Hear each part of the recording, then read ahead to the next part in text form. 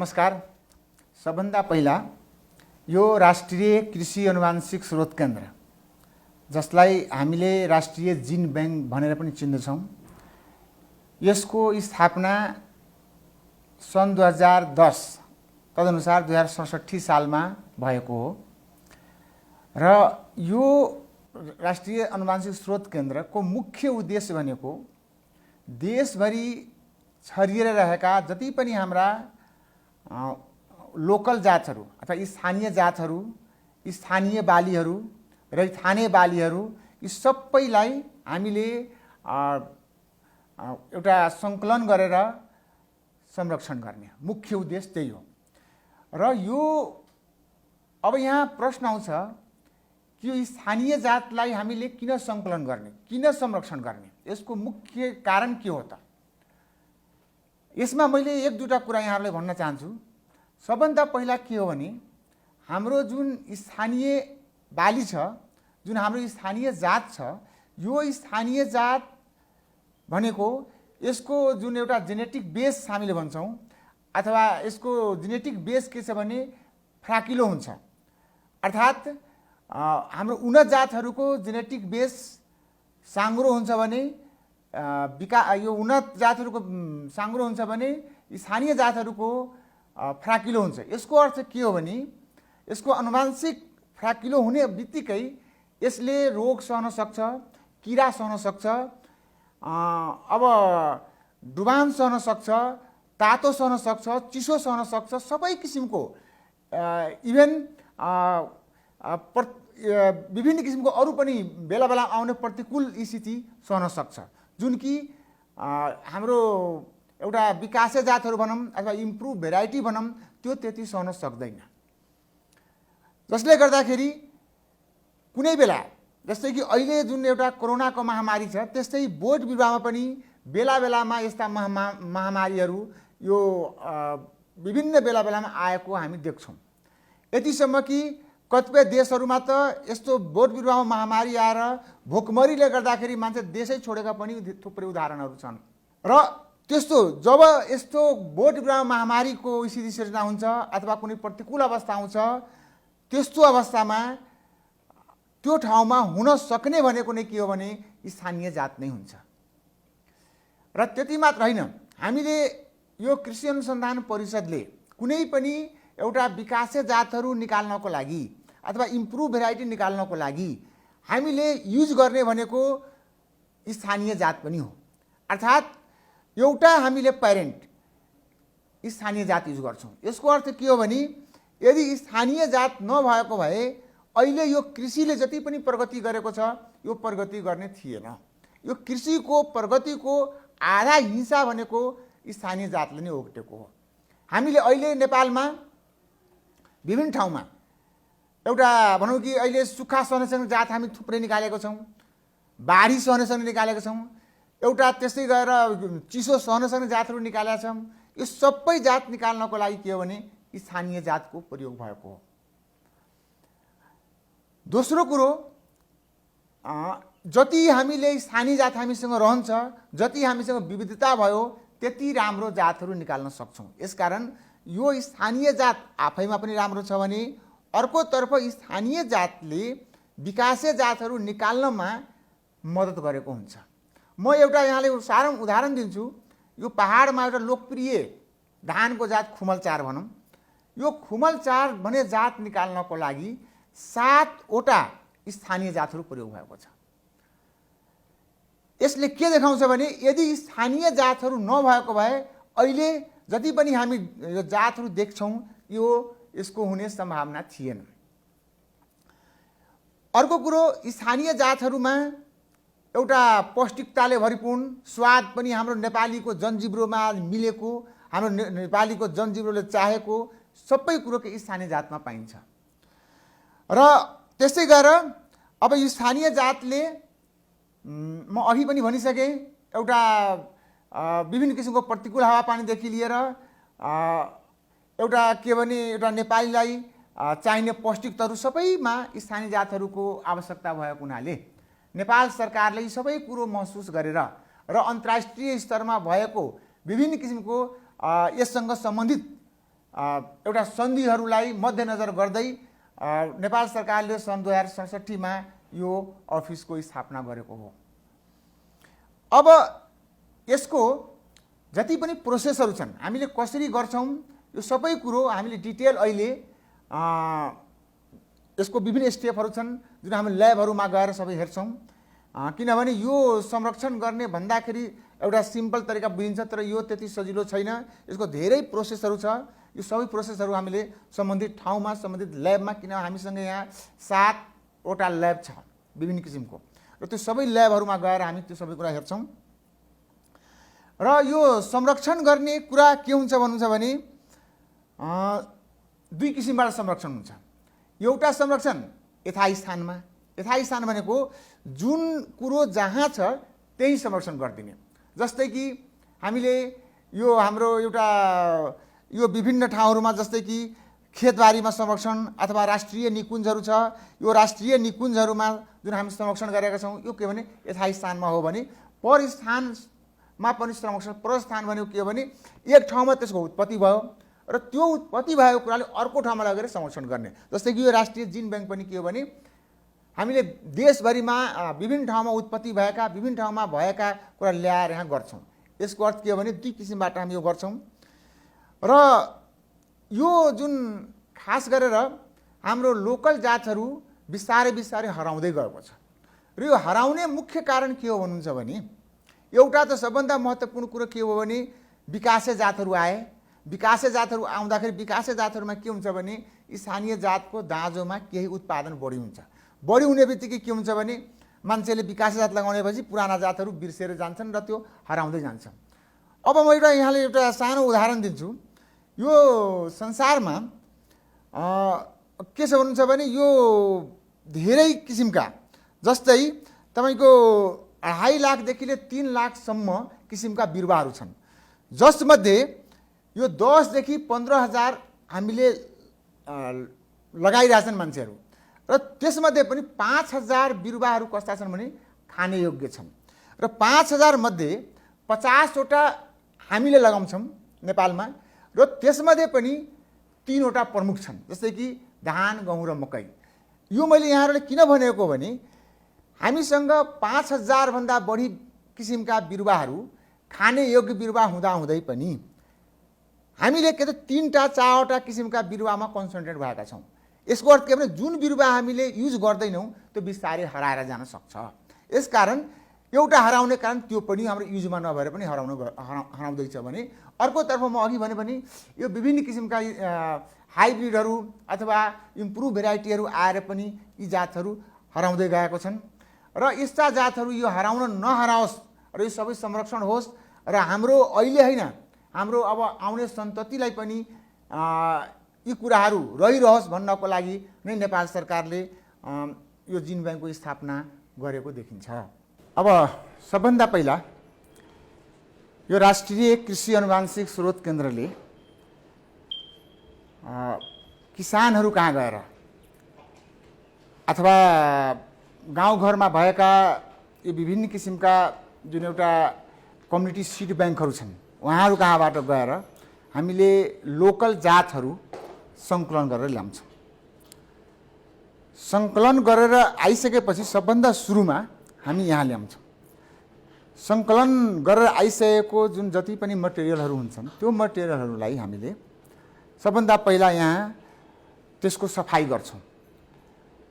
अर्थात् त्यसमा भएको जति पनि नराम्रा कुराहरू हुन्छन् जस्तै कि अब ढुङ्गा हुनसक्छ, माटो हुनसक्छ अथवा अरू नचाहिने कुराहरू हुनसक्छ अथवा कुनै मरेको सिड हुनसक्छ, त्यस्ता कुनै रोगी सिडहरू हुनसक्छ, सबैलाई हामीले यसरी सफाई हातले म्यानुअली सफाई गर्छौँ। म्यानुअली सफाई गरेपछि के हुन्छ भने अथवा कुनै बेजातको बिउ हुनसक्छ अथवा अरू बालीको हुनसक्छ त्यसलाई सबैलाई पहिला सफाई गर्छौँ। पहिलो चरणमा सफाई गरेर आइसकेपछि त्यसपछि बल्ल त्यो हामीलाई हाम्रो यो प्रोसेसमा अगाडि बढ्छ। त्यसको सिड हेल्थ, त्यसको स्वास्थ्य कस्तो छ बिउको त्यो हामी यसरी यहाँ माइक्रोस्कोपबाट पनि हेर्छौँ। त्यसपछि आएर यहाँनिर आएर हामीले के गर्छौँ भने त्यो बिउलाई त्यसको जर्मिनेसन अथवा त्यसको उमार शक्ति हामी परीक्षण गर्छौँ। हाम्रो जिन ब्याङ्कको स्ट्यान्डर्डमा के भन्छ भने हामीले ल्याएको बिउ कम्तीमा 85% त्यसको उमार शक्ति हुनुपर्छ र 85 यहाँ हाम्रो उमार शक्ति काउन्ट हुँदैछ र यदि 85% भन्दा कम उमार शक्ति भयो भने हामीलाई फेरि त्यसलाई के गर्छौँ भने रिजेनेरेसन गर्छौँ अथवा फेरि त्यसलाई फिल्डमा लगाएर हामी फेरि प्रोसेस सुरु गर्छौँ। जस्तो यो विधि चाहिँ कसरी गरिन्छ? यो यसलाई चाहिँ हामीले अब 400 सिट इस्ताको नियम अनुसार चाहिँ हामीले 400 सिटमा गर्छौँ र हामीले यहाँ चाहिँ 200 सिटमा गर्ने गरिन्छ अनि 100 को छुट्टा छुट्टै रेप्लिकेसन गरेर चाहिँ टु रेप्लिकेसन हामीले राख्छौँ। यो राइसको हो। हजुर, राइसलाई फर्स्ट काउन्ट चाहिँ हाम्रो 5 दिन हुन्छ र फाइनल काउन्ट चाहिँ हाम्रो 14 दिनमा हुन्छ। यो चाहिँ बिट्विन अब यो के हुन्छ भने सबभन्दा पहिला हामी बिउ ल्याइसकेपछि हामीले 2-3 किसिमबाट यसको जर्मिनेसन टेस्ट गर्छौँ। एउटा यो तरिका हो, यसलाई बिट्विन पेपर भन्छौँ होइन। अर्को टप अफ द पेपर भन्छौँ। जस्तै सानो बिउहरू छ जस्तै कि तोरीको, सर्सिउको, रायोको, कोदोको, यिनीहरू जुन सानो बिउ हुन्छन् त्यसलाई छुट्टै हामीले पेटी डिसमा राखेर एउटा पेपरमा राखेर हामी गर्छौँ। र यसरी अघि भनिहाल्नुभयो हामीले के गर्छौँ भने बिउलाई कम्तीमा 4 रेप्लिकेसन भनेको के भने एउटै बिउलाई 4 ठाउँमा राख्छौँ। किनभने एक ठाउँमा कुनै कारणले राम्रो हुन सक्छ, बढी हुन सक्छ अथवा कुनै ठाउँमा कम हुन सक्छ, त्यो नहोस् भन्नको लागि हामीले एउटै बिउलाई 4 ठाउँमा राख्छौँ। 4वटा राख्छौँ। 4वटा भएपछि सबैको मिन निकालेर अनि 85 यदि उमार शक्ति पुग्यो भने हामी के बुझ्छौँ भने यो बिउ अब स्टोरको लागि ठिक हो। यदि 85 भन्दा कम आयो भने हामीले फेरि त्यसलाई हामीले रिजेनेरेसन फेरि फिल्डमा लगाउँछौँ। अब यो यहाँ देखाउँछौँ। जस्तै यो हाम्रो जर्मिनेटर हो। हामीले के गर्छौँ भने त्यहाँ बिउहरू राखिसकेपछि त्यो बिउलाई पेपरमा राखिसकेपछि हामीले यहाँ रिलेटिभ ह्युमिडिटी जहाँ सापेक्षिक आर्द्रता भन्छ र टेम्परेचर दुइटै फिक्स हुन्छ। अझै फिक्स कस्तो हुन्छ भने हरेक बालीको लागि छुट्टा छुट्टै पनि हुनसक्छ। जस्तै कि अब धानको लागि, गहुँको लागि छुट्टै हुन्छ, मकै छुट्टै हुनसक्छ, अरू कुनै भनौँ कि अब कोदोको लागि छुट्टै हुनसक्छ। कुन बालीलाई उम्रनको लागि कति टेम्परेचर र कति सापेक्षिक आर्द्रता चाहिन्छ त्यो हिसाबले हामीले मेसिनमा फिट गर्छौँ। र फिक्स गरिसकेपछि त्यसलाई हामीले के गर्छौँ भने अनि 2टा काउन्ट, फर्स्ट काउन्ट र फाइनल काउन्ट गर्छौँ।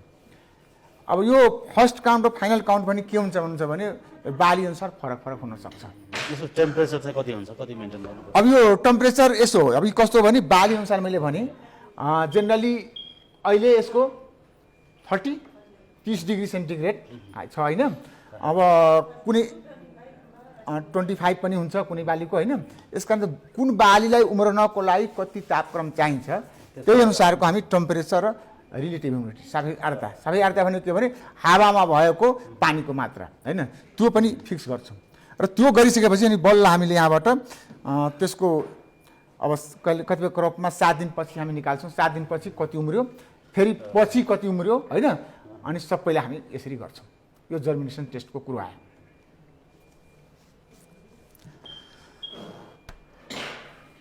अब अहिले यहाँ 30 डिग्री सेन्टिग्रेड तापक्रम छ र 95% रिलेटिभ ह्युमिडिटी छ।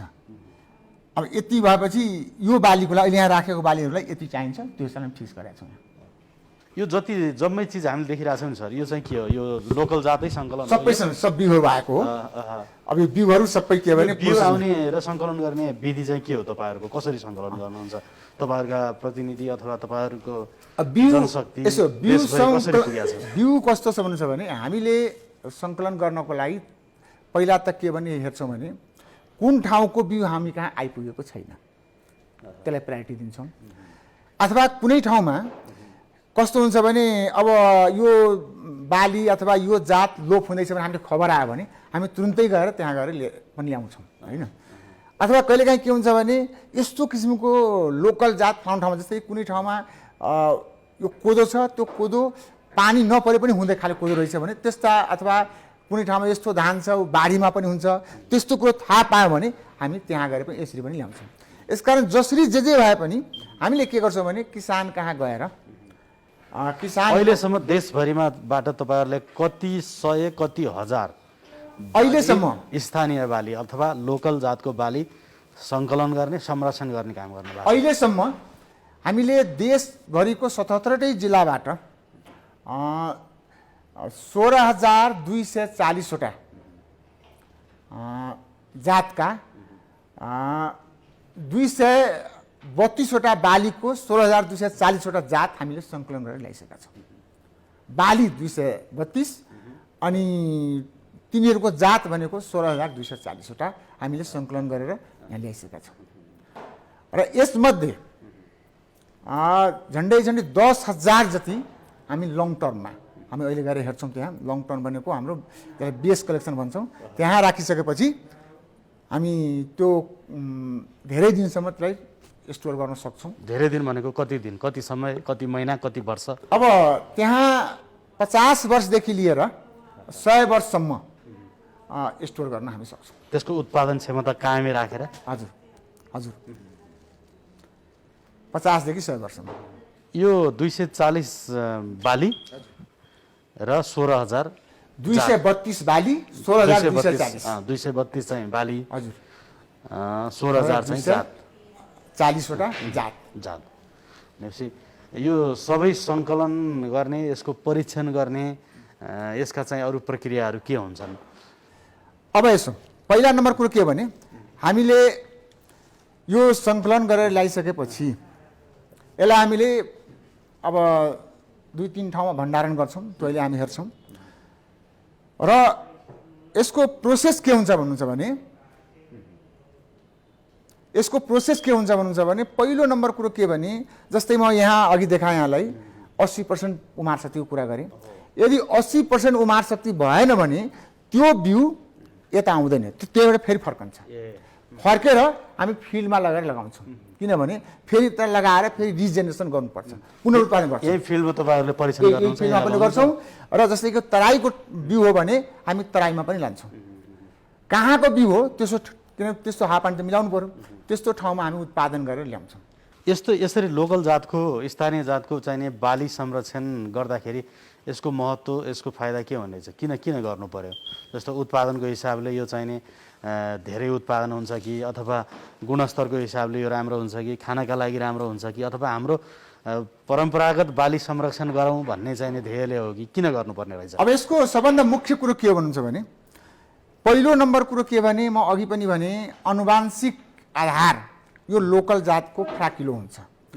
आनुवांशिक आधार फ्राकिलोको अर्थ के हो भन्नुहुन्छ भने यो लोकल जात रोग सहन सक्छ, किरा सहन सक्छ, सुखा सहन सक्छ, बाढी सहन सक्छ, चिसो सहन सक्छ, सबै किसिमको सहन सक्ने यसको क्षमता बढी हुन्छ।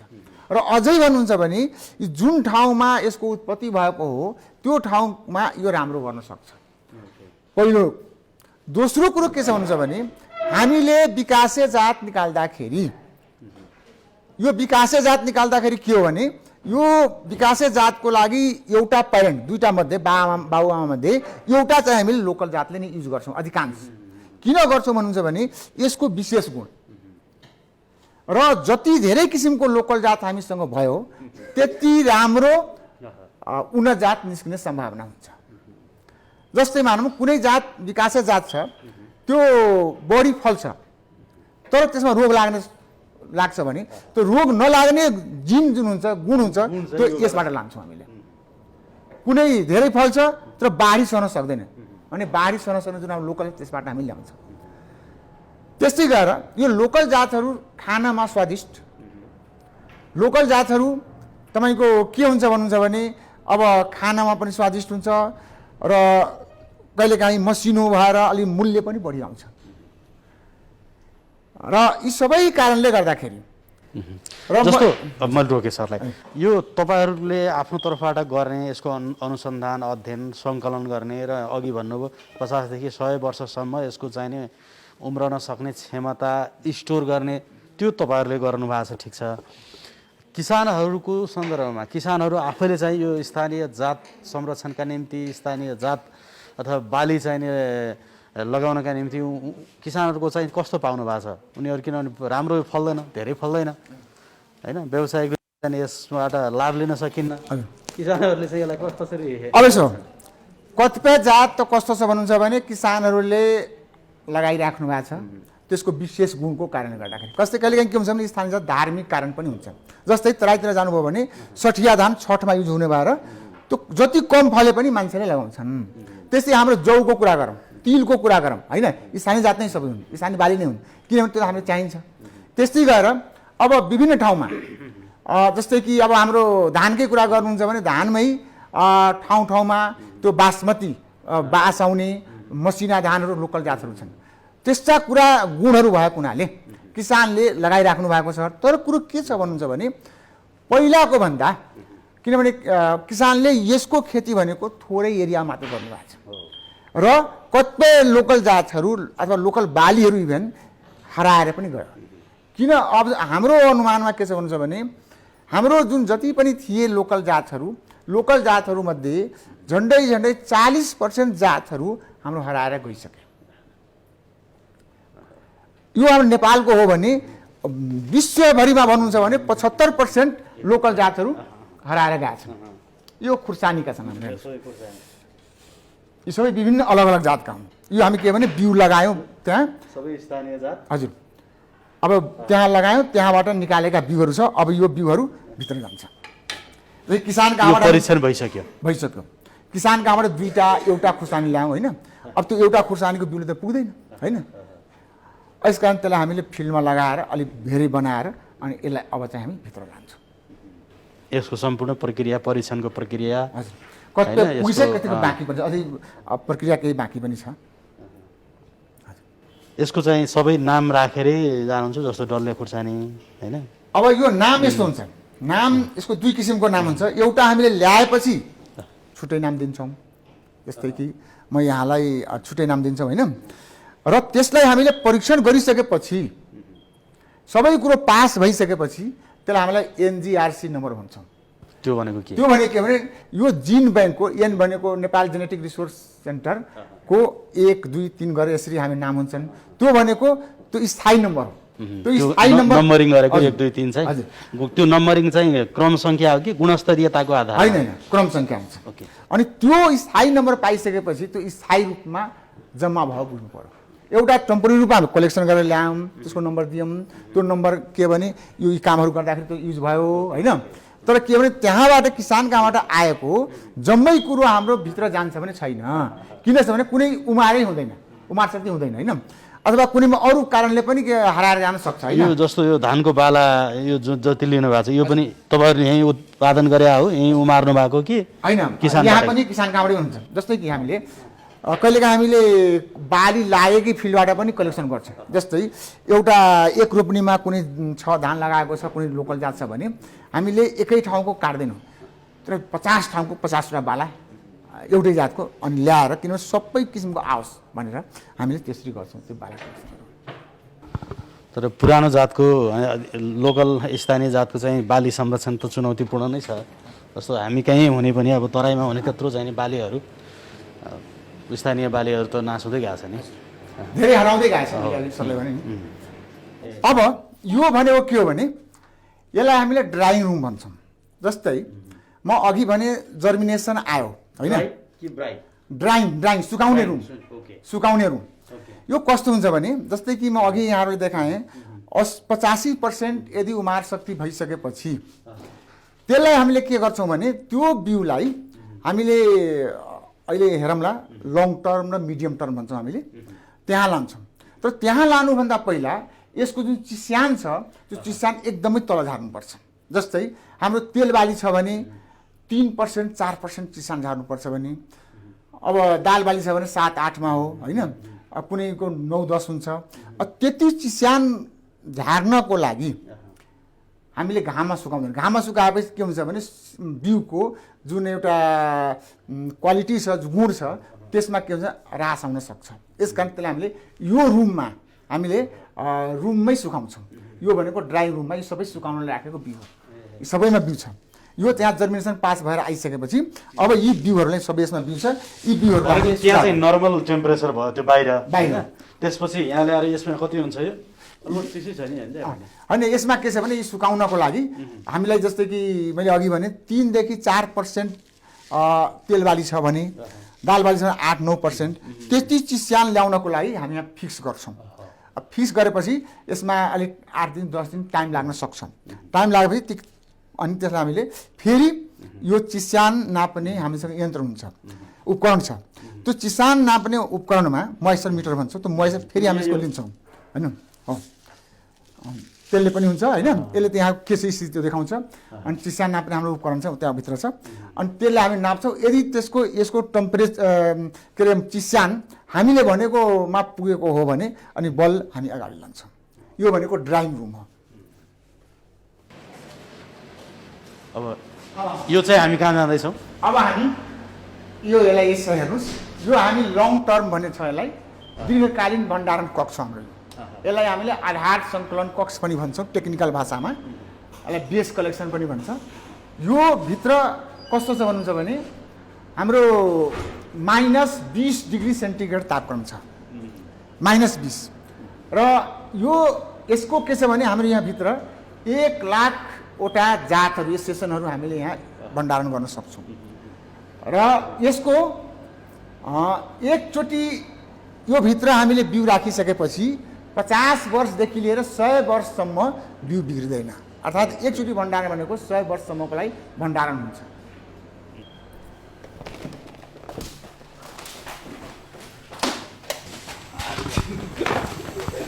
यसलाई के भन्छ भने हामी लङ टर्म स्टोरेज भन्छौँ। यहाँ मैले अघि पनि भनिसकेँ, यहाँ राखेको बिउ यहाँ हेर्नुभयो यस्तो फोलमा, एल्युमिनियम फोल भन्छ भने एल्युमिनियम फोलमा हामी राख्छौँ। यस्तोमा राखेपछि यो बिउहरू 50 देखि 100 वर्षसम्म बिग्रिँदैन। यति चिसो चाहिँ किन बनाउनु पर्ने? त जम्या छ त, यो जमिनमा यो जमेको छैन। यसमा के छ भने यति राखेपछि के हुन्छ भने यसको बिउको जुन गुण छ 100 वर्षसम्म बिग्रिँदैन। यो टेम्परेचरले यसले त्यो पारेको हुन्छ। -20 मात्रै जान्छ कि यहाँ त्योभन्दा अझ पनि बढी हुन्छ? -20 अहिले छ, -20 छ। र यसमा हामीले 50,000 अट्छ भने यस्तै सेम उता पनि छ, हाम्रो दुईवटा छ, त्यहाँ पनि 50,000 छ। र अहिलेसम्म अघि भनिसकेँ हामी जम्मा 16,240 मात्र कलेक्सन गरेका छौँ। यो पनि खाली छ, अर्को पनि खाली छ, र यो भविष्यका लागि हो। र यसमा अघि भनिसकेँ एल्युमिनियम, यसको यो एल्युमिनियम फलमा हामी यहाँ गर्छौँ र यसलाई बेस कलेक्सन भन्छौँ।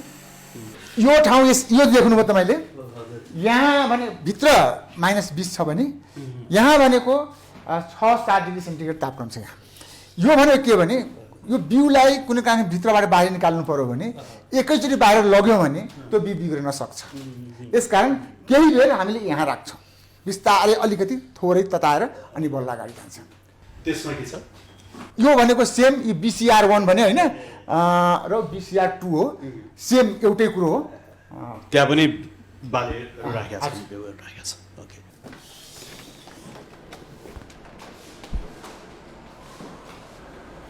अब हामी यहाँ प्रवेश गर्छौँ। यसलाई हामीले त्यसलाई भने लङ टर्म स्टोरेज अथवा एक्टिभ कलेक्सन रुम यो हो। त्यो भनेको बेस कलेक्सन रुम हो भने यो भनेको एक्टिभ कलेक्सन रुम हो। त्यसलाई हामीले मध्यकालीन भण्डारण कक्ष भन्छौँ। अब नामले नै मध्यकालीन भनेको धेरै होइन, यसमा हामी राखेको बिउलाई 10 देखि 15 वर्षमा हामी स्टोर गर्न सक्छौँ। अर्थात् एकचोटि यहाँ बिउ राखेपछि त्यो बिउ 15 वर्षमा बिग्रिँदैन। र यसको भित्र टेम्परेचर भनेको 4 देखि 10 डिग्री सेन्टिग्रेड छ हुन्छ। र यसको क्यापेसिटी भनेको 50,000 जातहरू यहाँ भित्र राख्न सक्छौँ। र यसमा एउटा के छ भने हाम्रो सापेक्षिक आर्द्रता, त्यसलाई रिलेटिभ ह्युमिडिटी भन्छौँ, त्यो भनेको यसमा 35 देखि 40% हुन्छ। किनभने सापेक्षिक आर्द्रता यदि हामीले कन्ट्रोल गरेनौँ भने बिउ बिग्रन सक्छ।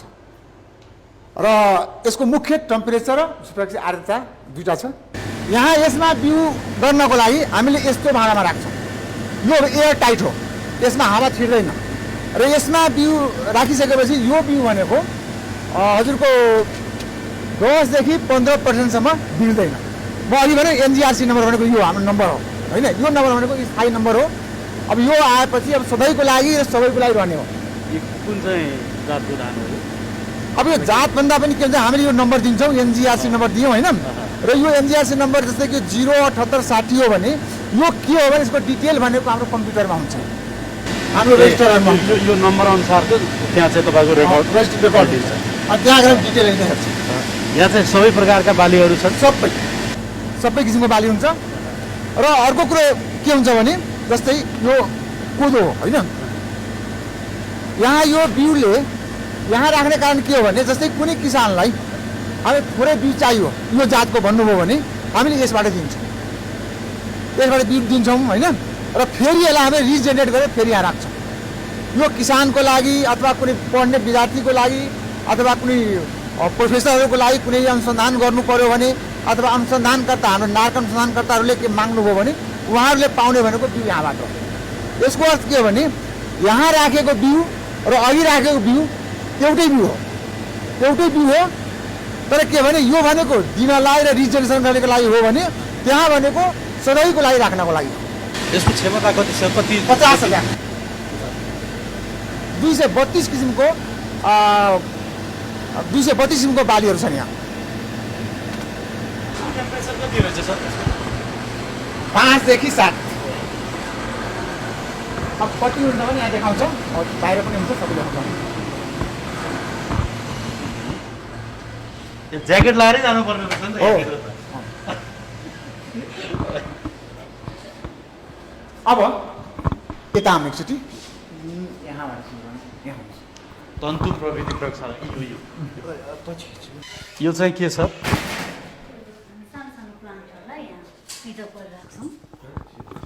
अब यो टिस्यु कल्चर हो, हामी तन्तु प्रयोगशाला हेरिहाल्नुभयो होइन।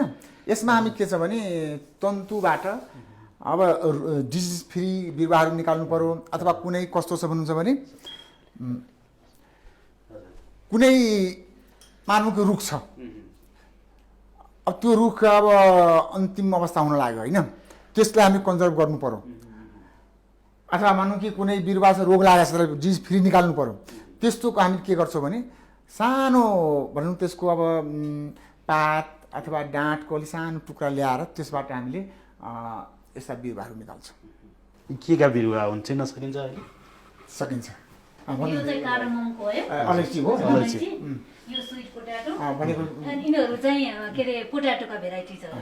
यो आलु भयो, त्यो भनेको तपाईँको स्विट पोट्याटो, स्विट पोटेटो भनेको सक्खरखण्ड हो, यो कार्डमम, अलैँची हो होइन। हजुर, अनि यिनीहरू सबै पोट्याटोको आइटमहरू। यो रेड पोट्याटो, यो वाला चाहिँ ब्ल्याकमा, अनि अरू यिनीहरू सबै यो चाहिँ ब्लूमा।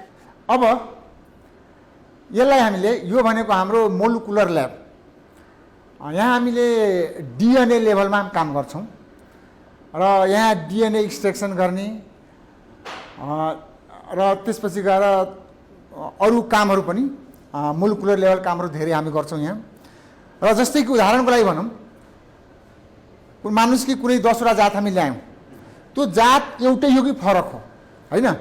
कहिलेकाहीँ के हुन्छ भने किसान कहाँबाट आएपछि एउटै जात विभिन्न कहाँबाट आउन पनि सक्छ, अनि हामीले शङ्का लाग्यो जातहरू उस्तै हो अथवा फरक हो भने त्यसलाई हामीले यसको डिएनए लेभलमा के गर्छौँ भने टेस्ट पनि गर्छौँ।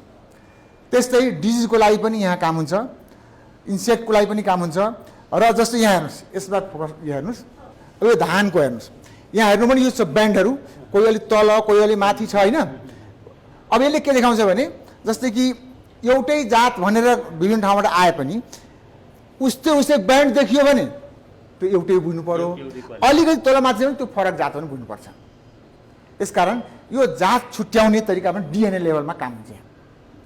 यो ब्यान्डले देखाउँछ, यसको पुरै मेसिनहरू यहाँ जोडिएको हुन्छ होइन।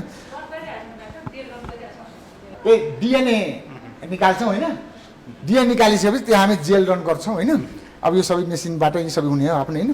अनि त्यसपछि गएर त्यसकै यो फोटोहरू त्यहाँबाट कम्प्युटर आउँछ।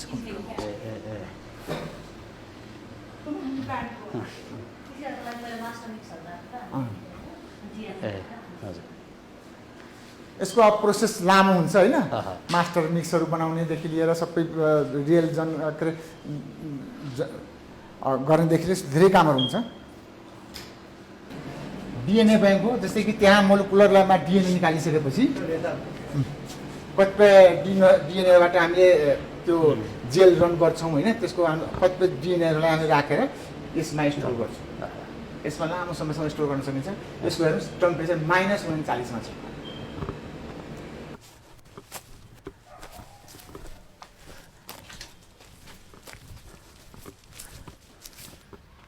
अब हेर्नुहोस्, मैले अघि पनि भने हामीसँग 16,240 किसिमको भने होइन, जात भनेको 232 बालीको भने। जस्तै एउटा काँक्रोको कुरा गरौँ होइन, यहाँ देख्नु भएको छ यो काँक्रो, यो सबै काँक्रो सबै अलग अलग जात छ। काँक्रो चाहिँ जात चाहिँ जात अलग अलग, बाली भनेको जम्मै काँक्रो नै। काँक्रो धानमा मात्र हाम्रो 2600 जात छ। त्यस्तै अब कुनै बालीको हाम्रो 1400 छ, कुनै 1300 छ होइन। अब यो काँक्रोमा यो जम्मै नेपालकै लोकल काँक्रोहरू भने यहाँ हामीसँग झन्डै 200 किसिमका लोकल जातका काँक्राहरू छन्। यो चाहिँ परीक्षणकै लागि लगाउनु भएको? यो दुईटा काम हुन्छ यहाँ। एउटा कुरो हामीले जस्तै कि किसान कहाँबाट बिउ ल्याइसकेपछि त्यो बिउ पुग्ने बिउ हुँदैन। जस्तै किसानले 2टा काँक्रोको बिउ दिनुहुन्छ होइन, तर हामीले देखिहाल्नु उहाँले बिउ त अलिक धेरै चाहिन्छ होइन। एउटा त बिउ उत्पादन गर्नु पर्यो, यहाँ पुर्याउनु पर्यो बिउ। दोस्रो कुरो हामीले त्यहाँ बिउ राख्नुभन्दा पहिला यिनीहरूको चरित्र चित्रण गर्छौँ, त्यसलाई हामीले क्यारेक्टराइजेसन भन्छौँ। चरित्र चित्रण भनेको के हो भने यो यसको अब फल कस्तो हुन्छ, यसको फुल कस्तो हुन्छ, कति दिनमा फुल्छ, कति दिनमा फल्छ, यसको लहरा कति हुन्छ, कति लामो हुन्छ, सबै कुरो यसको बारेमा डिटेल यसको चरित्रको अध्ययन हामी गर्छौँ। किनभने भोलि गएर कसैले हामीलाई यस्तो किसिमको काँक्रो दिनुहोस्, जस्तै यसमा पर साल हामी ल्याएकोमा ट्याक्कै लौका जस्तो काँक्रो छ।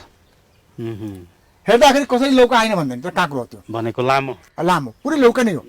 भनेपछि अब यो हामी कहाँ यहाँ भनेको विभिन्न किसिमका आउँछन्। यसका त्यो हामीले त्यहाँ यो एउटा कुरा है सर, जस्तो यसरी यो सङ्कलन गर्दा परीक्षण गर्दा र संरक्षण गरिरहँदाखेरि कृषक आफैले स्थानीय जातको बाली लगाउन पर्यो भने, उसले चाह्यो भने हाम्रो यो जिन ब्याङ्कले कति उपलब्ध गराउन सक्छ?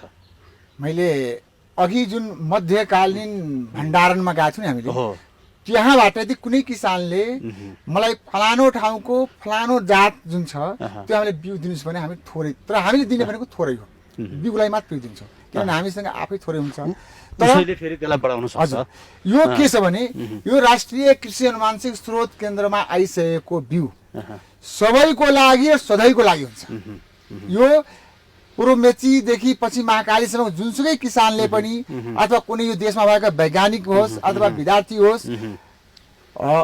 कसैलाई चाहियो भने हामी उपलब्ध गराउँछौँ फ्री। त्यसको प्रक्रिया के हुन्छ? प्रक्रिया भनेको आउने हामीसँग, हामीलाई यो कामको लागि चाहियो होइन। अब कागजी डकुमेन्ट केही चाहिँदैन, कागजी डकुमेन्ट केही पनि चाहिँदैन। हामी कहाँ आएर हामीलाई यो ठाउँको यो जात, तर त्यो जात हामी कहाँ हुनु पर्यो, छैन भने त सकिहाल्यो कुरो होइन।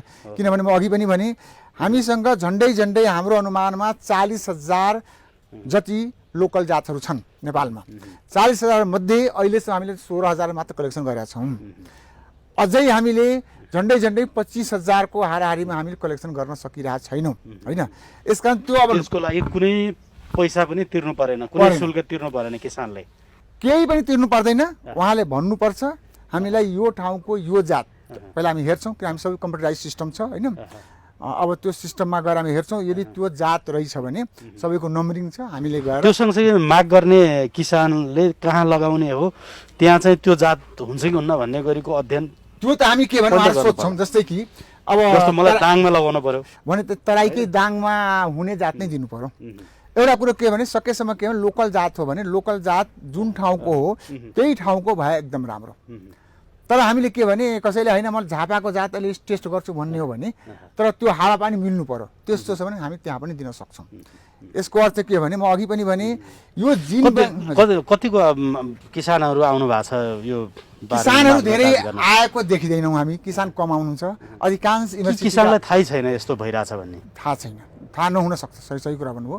अब यो कस्तो भने अधिकांश युनिभर्सिटीका प्रोफेसरहरू अनुसन्धानको लागि लानुहुन्छ, नार्कका हाम्रा अनुसन्धानकर्ताले लानुहुन्छ। किनभने म अघि पनि भने नयाँ जात निकाल्नु पर्यो। कहिलेकाहीँ के छ भने हाम्रो लोकल जातै यो विकासे इम्प्रुभ जातभन्दा धेरै राम्रो हुन्छ। त्यो एज सच जातकै लागि पनि हुन्छ, यसलाई एकैचोटि डाइरेक्ट जात निकालिदिए पनि हुन्छ, त्यस्तो पनि हुन्छ। र दोस्रो मैले भने क्रस गराउनको लागि हो होइन। यसकारण विभिन्न प्रयोजनको लागि यहाँबाट किसान वैज्ञानिकहरू किसानबाट लिइन्छ पनि किसानलाई दिइन्छ पनि, एकदम त्यसरी बुझौँ होइन। तर फरक के हुन्छ भने जब जुन कुरो हामी कहाँ यो नेपाल सरकारको राष्ट्रिय जिन भएको हुनाले यहाँ आइसकेको कुरो सम्पूर्ण नेपालीले बराबर अधिकार हुन्छ। यो कसैले अब हामी कहाँ आएको यो हाम्रो मात्र अधिकार हुँदैन। यसमा सम्पूर्ण नेपालीलाई सधैँको लागि र सबैको लागि र निःशुल्क यहाँ भएको विकृति हो। अब यो चाहिँ काँक्रो जातिको भयो, काँक्रोको भयो होइन। अरू केही देखाउनुहुन्छ? यति मात्र होइन, काँक्रो उता पनि सम्म देखाउँला होइन। किनभने त्यो छुट्टै फेरि छुट्टै छ। मैले भने नि हामीसँग त यो काँक्रोको धानको भने धानको हामीसँग 2600 जात छ, एउटा दुइटा होइन 2600 लोकल जात छ। त्यस्तै काँक्रोको पनि 300-400 भन्दा 400 भन्दा बढी छ। अनि एउटा अर्को पनि सोधिहालेँ सर, जस्तो तपाईँहरूले यो देशभरिका यति धेरै चाहिँ नि लोकल जातहरू संरक्षण गर्नुहुन्छ होइन, अनि त्यो लगाउने बेलाको जुन एउटा प्राविधिक ज्ञान र पक्षको कुरा जो छ नि, त्यो चिज जस्तो अब यो यसरी काँक्रोहरू लगाइसकेपछि यसको पानी, यसको मल, यसको संरक्षण त्यो चाहिँ कसरी गर्ने, किसानले कसरी गर्ने, त्यो पनि यसो सर अब यस्तो हुन्छ। अब के हुन्छ भने जेनरली हामीले कुनै बालीको छ भने यो बालीलाई यो बेला रोप्ने, यो बेला यो फल्न सक्छ, यति दिनमा पाक्छ, यो सबै कुरो र त्यसलाई यसरी पानी दिने, यति मल दिने, त्यो कुराहरू मोटामोटी हामी भनिदिन्छौँ जो किसान आउनुहुन्छ किसानलाई होइन। जेनरली के छ भने यस्ता बालीहरूको अब रिकमेन्डेड डोजहरू पनि छ होइन, त्यो पनि हामी भनिदिन्छौँ होइन। र जेनरली के हुन्छ भने हजुरको विकासे जातको र यसकोमा अलिकति खेती प्रविधि अलिक फरक हुन्छ। हुन्छ सर, अरू पनि हेरौँ।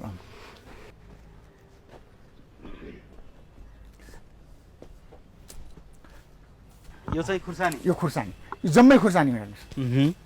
डल्ले खुर्सानी, आकाशे खुर्सानी भन्छ हाम्रोतिर, आकाशतिर फर्केको। अब यो सबै खालको हजुर यो खुर्सानीहरू हो होइन।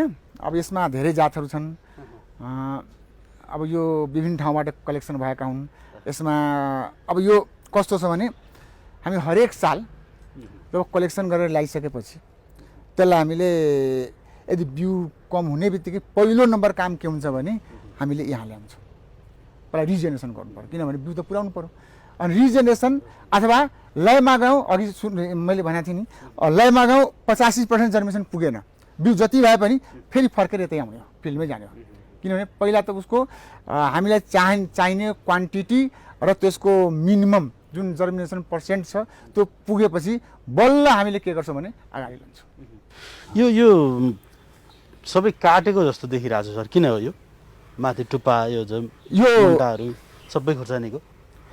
अब यो यसको अब यो बढी फल्नको लागि मान्छे साथीहरूले त्यो टेक्निकहरू आफ्नो लगाउनु भएको छ होइन। भनेको धेरै चाहिँ अग्लो नहोस् हुन्छन् होइन, हाँगाबिगा आओस् भनेर होला। अब कतिपय बालीहरूको उता हेर्नुभयो, उता पनि के छ भने हामी एउटा 3G भन्छौँ होइन, त्यो विभिन्न विधिहरू आएछ होइन। यहाँ त अब अलग अलग वैज्ञानिकहरू हुनुहुन्छ होइन, उहाँहरूले सबै तरिकाहरू पनि गर्नुहुन्छ। ठिक छ सर, यो सबै जिन ब्याङ्ककै ऊ हो जग्गा है यो, प्लस पारी पनि अलिकति छ, तर त्यो अलिकति बर्सातमा पानी जम्ने भएर हामी त्यसलाई ल्यान्ड डेभलपमेन्ट गर्न खोज्दैछौँ, किनभने यो जग्गा पुगिरहेको छैन कि। त्यहाँ चाहिँ के लाउनु भएको छ त्यो उसमा? त्यो सबै सिमीका जातहरू।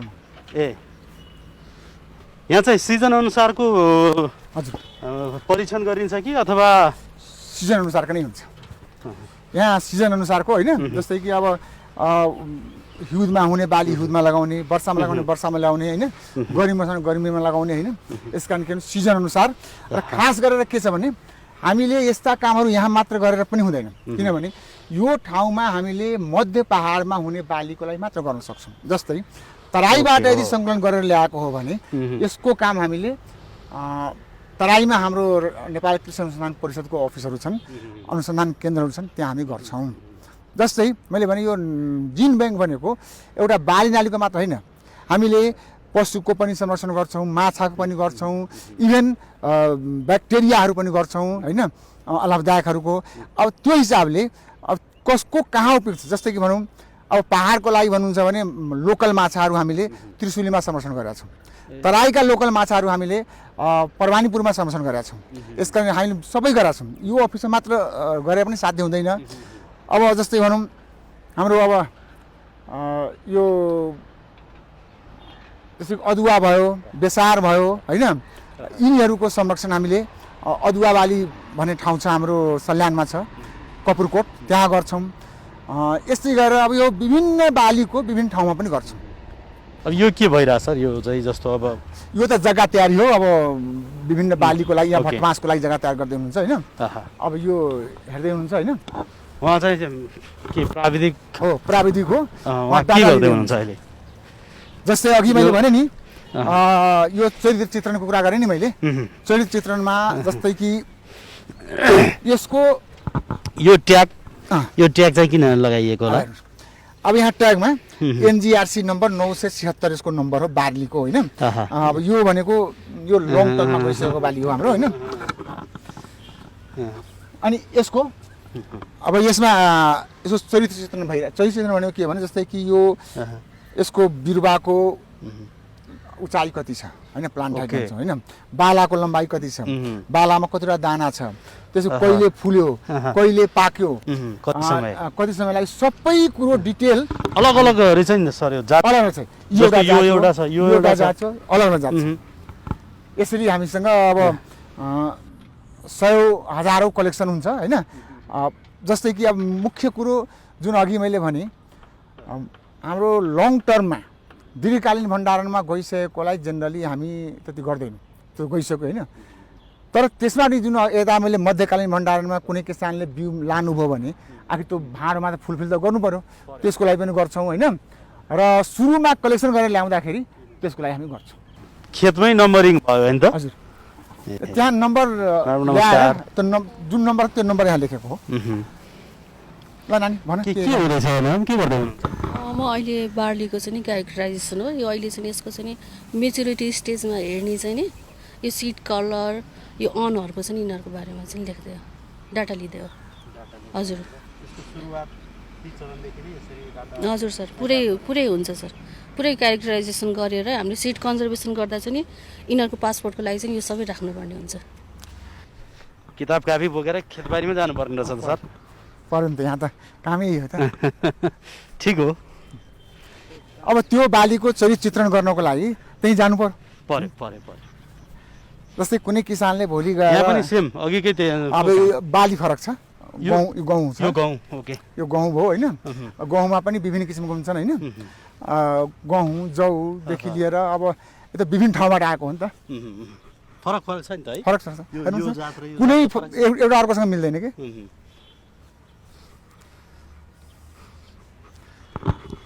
अब एउटा कुरा, जुन किसान कहाँबाट आयो यहाँ त्यो कहिले हराउँदैन। यो नेपालमा सधैँको लागि रहने भयो। जुन आएन, आएको बालीलाई पनि तपाईँहरूले यहाँ लाउनुहुन्छ, हजुर, त्यसलाई बढाउनुहुन्छ, हजुर, र स्टोर गर्नुहुन्छ। कोही किसानले माग्न आयो भने दिन पनि सक्यो, आफूले राख्न पनि सक्यो, दुइटै प्रयोजन भयो। किसानको लागि मात्र होइन, यो त मैले यसमा किसान भन्दा पनि वैज्ञानिकहरूले लानुहुन्छ, क्याम्पसका युनिभर्सिटीका प्रोफेसरहरूले लानुहुन्छ। किनभने कुनै नयाँ जात निकाल्नु पर्यो होइन, अथवा नयाँ जातमा खोज गर्नु पर्यो भने त आखिर स्रोत त यही। अब हेर्नुहोस् कतिपय जातहरू त यो किसान कहाँबाट ल्याएको जातहरू उन्नतभन्दा राम्रो छ, हाम्रो यहाँको विकासे जातभन्दा पनि राम्रो, फल्ने कुरामा पनि राम्रो छ। कतिपय छ। हामीसँग फर्सीको कुरा गर्नु छ भने लोकल जातै फल्दैन त, राम्रो आउँदैन आम्दानी, विकासे लाउने हो भन्ने चलनले त फेरि लोकल जति त हराइसक्यो त। 300 वटा जात फर्सीको छ, 300 वटा जात। कुनै कुनै फर्सी त कस्तो छ भन्नु छ भने तपाईँको 50 किलोको पनि छ लोकल फर्सी। कहाँ पाउँदो रहेछ त्यो खास गरी, कतातिर? होइन, यो त होल देशकै कलेक्सन हो होइन। अब किसानहरू कहाँबाट ल्याएको, हाम्रो देशमा के भएको छ भने एक ठाउँमा भएको किसानको जातको बारेमा अर्को किसानले थाहा छैन कि। यसकारण यहाँ आएपछि सबैलाई भयो। यसमा मकै छ, उम्रदैछ। ए यसमा अब अलि पछि हामीले यो हरेक जातलाई छुट्टा छुट्टै हामीले यसको सेल्फिङ गर्छौँ। सेल्फिङ गर्नुभन्दा पनि के भने एउटा चाहिँ अर्कोसँग क्रस नहोस् भने त्यो पुरै ब्यागहरू लगाउँछौँ होइन। अलिक दिन पछि यो यसको छुट्टै अर्किङ जात छ। हो यो हरेक सब अलग अलग जात छ। यो यसपालि यो वर्ष किसानहरूकोबाट ल्याएका मकैका जातहरू हुन्। कस्तो फल्छ कति फल्छ त्यो हेर्नै बाँकी छ। कस्तो फल्छ, कति फल्छ, कति दिनमा फल्छ होइन, यसको दाना कस्तो, सबै कुरो डिटेल अध्ययन हुन्छ। र सँगसँगै बिउ पनि प्रशस्त मात्रामा पुर्याउँछौँ र त्यो बिउलाई त्यहाँ स्टोर गर्छ। हामीसँग 200 भन्दा बढी सिमीको जात यसपालि झन्डै 25वटा जिल्लाबाट हामी ल्याएछौँ। यो जम्मै यसपालिको कलेक्सन हो। लकडाउनका बीचमा कोरोनाका बीचमा पनि यो वर्ष हामीले अहिले 9 महिनामा झन्डै 25वटा जिल्लाबाट 2200वटा जातहरू हामीले ल्याएछौँ।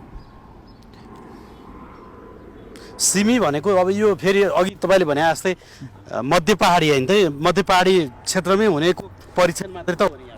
अधिकांश होइन, तराईको हामी सिमी लगाउँदैनौँ होइन। मध्य पहाड र अलिअलि मध्य पहाडभन्दा भनौँ 1600-1700 मिटरसम्मको हामी यहाँ लगाइदिन्छौँ। हजुर, यहाँ 1700-1800सम्म हामी लगाइदिन्छौँ। त्योभन्दा माथिकोमा यहाँ लगाउँदैनौँ। तलको अब हजुरको तराईतिरको त तराईतिरै लगाउँछौँ। कहिलेकाहीँ के हुन्छ भने तराईको कुरो पनि हामी यहाँ लगाउँछौँ, तर कसैले लगाउँछ यसो समय मिलाएर। जस्तै कि अब तराईको धान पहाडमा लगाउनु पऱ्यो भने हामीले 15 दिन 20 दिन अगाडि लगाइदिन्छौँ। त्यस्तो अलिकति हामीले त्यसको पाउने टेम्परेचरहरू सबै हुने किसिमबाट गर्छौँ। यो हामीले कतिपय बालीलाई बिउ बनाउन सक्छौँ, कतिपय बालीको बिउ बन्दैन। जस्तै हजुरको पिडालु भयो होइन, आलु भयो, त्यसै गरेर अब बेसार भयो, त्यसै गरेर अब अदुवा भयो भने यस्ता बालीलाई हामीले के गर्छौँ भने हरेक साल लगाउनुपर्छ। त्यसलाई हामीले फिल्ड जिन ब्याङ्क भन्छौँ। यो फिल्ड जिन ब्याङ्क हो। यहाँ हामीले 100 किसिमको अदुवा, बेसार अनि पिडालु सबै छ। अब यसले के गर्छौँ हामीले, अब हामीले त मुख्य कुरो त बिउ मात्र बनाउने र त्यसलाई एउटा बचाएर राख्ने मात्र काम भएको हुनाले हामीले 1 साल लगाएपछि 2 वर्षमा त्यसलाई खन्दैनौँ, फेरि यहीँबाट उम्रन्छ। पिडालु, बेसार होइन, यिनीहरूलाई हामीले के गर्छौँ, अदुवा पनि हो। अनि किन खन्दैनौँ भने अब त्यो त आखिर हामीले जसरीलाई बचाउनु छ होइन, अनि किन खर्च गर्ने भनेर हरेक साल खन्नुभन्दा 2 वर्षमा एकचोटि मात्र खन्छौँ, फेरि लगाइदिन्छौँ। यसकारण यो क्षेत्र अब यो अलि दिनपछि यहाँ उम्रन्छ। यसलाई हामीले फिल्ड जिन ब्याङ्क भन्छौँ, जसलाई कि हामीले बिउ बनाउन नसक्ने, जसलाई हरेक वर्ष लगाउनु पर्ने जुन हुन्छ त्यस्तोलाई हामीले यसरी गर्छौँ।